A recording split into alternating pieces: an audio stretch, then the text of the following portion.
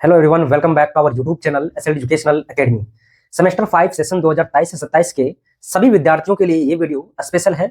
आप लोग वीडियो को मिस मत कीजिएगा और साथ ही साथ स्किप मत कीजिएगा। आज हम इस वीडियो में आपके सेशन से रिलेटेड, आपके जो सेमेस्टर 5 है इससे रिलेटेड बहुत सारी चीजों के ऊपर डिस्कस करने वाले हैं।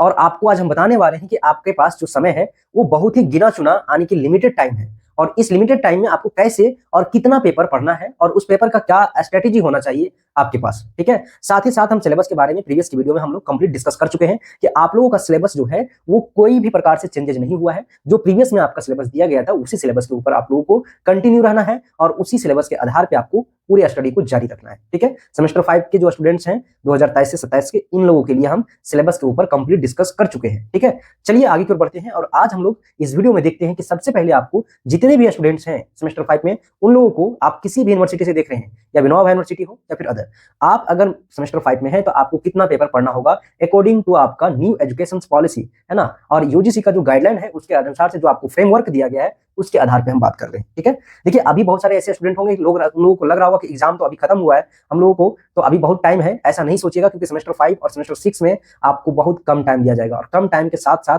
आपको एक चीज और करना है जो कि अभी हम इस वीडियो में बताने वाले हैं। आप लोग कंटिन्यू हमारे साथ बने रहें। ठीक है, सबसे पहले आप लोग पेपर देख लीजिए कि पेपर कितना पढ़ना है। ठीक है, तो एक तो आपका मेजर पेपर हो जाएगा 9, दूसरा है मेजर पेपर 10 और तीसरा है मेजर पेपर 11, यानी कि टोटल मेजर पेपर कितना हो गया। मेजर जो है, सिर्फ मेजर आपका 3 हो जाएगा। ठीक है, 3 मेजर है यहाँ पे। ठीक है, उसके बाद एक आपका माइनर है जो कि आपको माइनर पढ़ना होगा यहाँ पे 1 या फिर आपका 1C ही होगा, है ना, 1C होगा, और ये आपका डिसिप्लिन से होगा। किससे होगा? डिसिप्लिन से। उसके बाद है आपका IAP करके एक पेपर, IAP करके है आपका पेपर, इंटर्नशिप, अप्रेंटिसशिप और आपका ये प्रोजेक्ट। ठीक है, इस तरीके का एक पेपर है जो कि आपका ये पेपर का वेटेज है 100 नंबर का, और इसमें एक्सटर्नल एग्जाम नहीं होगा।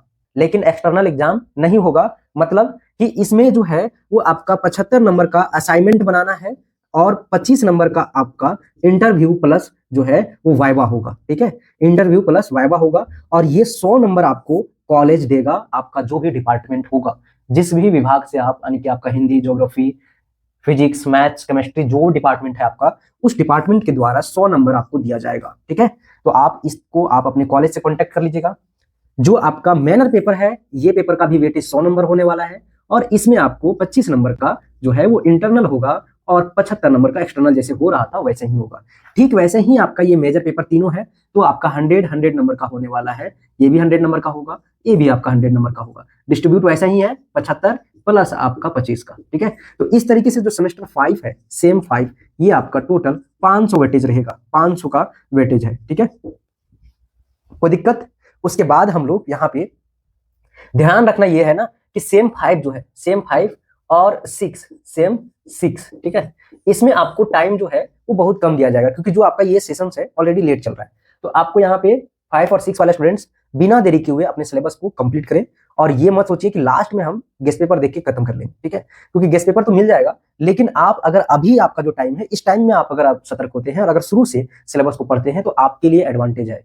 आप चाहिएगा कि लास्ट में हम सिर्फ गेस्ट पेपर से पास हो जाए, तो पास तो हो जाइएगा, बट आपके पास नॉलेज नहीं रहेगा। ठीक है, और एक चीज और, ये सेमेस्टर 5 और 6 के साथ साथ अगर इससे पहले का सेमेस्टर आपका गड़बड़ हो चुका है तो आप सावधान हो जाइए, क्योंकि सेमेस्टर 5 और 6 में अगर अच्छा नंबर नहीं आया तो आपके पास 7.5 CGPA नहीं होगा, और 7.5 CGPA नहीं होगा तो आपको रिसर्च विद ऑनर्स का पेपर नहीं मिलेगा। इस बार आप यूनिवर्सिटी का जो क्राइटेरिया है वो देख सकते हैं, जिसका 7.5 था उसको रिसर्च विद ऑनर्स मिला है, और बहुत सारा लिमिटेड कॉलेज में मिला है। लेकिन आगे से आप लोगों का जो सेमेस्टर आने वाला है, उस सेमेस्टर 7 में आपको जो है वो प्रॉपर वे में सारे कॉलेज में रिसर्च होना शुरू हो जाएगा, और उसमें आपको 7.5 का क्राइटेरिया होगा, तो उस टाइम आपको फुलफिल करना ही होगा, नहीं तो आपको दिक्कत हो सकता है। ठीक है, तो चलिए यही चीज आपको बताना था कि टाइम बहुत कम है, और सेमेस्टर 5 और 6 में अगर बैक लगा तो फिर दिक्कत होगा एग्जिट लेने में। इस चीज के ऊपर हम डिस्कस करना चाह रहे थे कि देखिए, अगर मान लीजिए अभी से 1 से लेकर 4 तक आप पास है, ठीक है, और 5 और 6 में किसी में भी बैक लग जाता है, अगर 5 में लगता है तो आप फिर 7 में आप एग्जिट लेना चाहिएगा, तो नहीं ले पाइएगा। ठीक है, फिर आपको इसको क्लियर करना होगा, तब इसके क्लियर करने के लिए फिर 1 साल आपको वेट करना होगा, तो आपका 1 साल तो ऐसे ही बर्बाद हो जाएगा, फिर आप आगे कंटिन्यू कीजिएगा। तो इस तरीके से तो 5 और 6 में ब्रेक नहीं लगने देना है, और साथ ही साथ अच्छा नंबर उठाना है, ताकि आपका एग्जिट लेने का एक ऑप्शन खुला रहे, और दूसरी बात कि आपका जो CGPA है वो आपका प्रॉपर में रहे, तो आप 7-8 भी कर सकते हैं। ठीक है, तो चलिए, अगर कुछ किसी प्रकार से अगर कोई डाउट होगा तो कमेंट सेक्शन में पूछ लीजिएगा, हम रिप्लाई करने की भरपूर कोशिश करेंगे।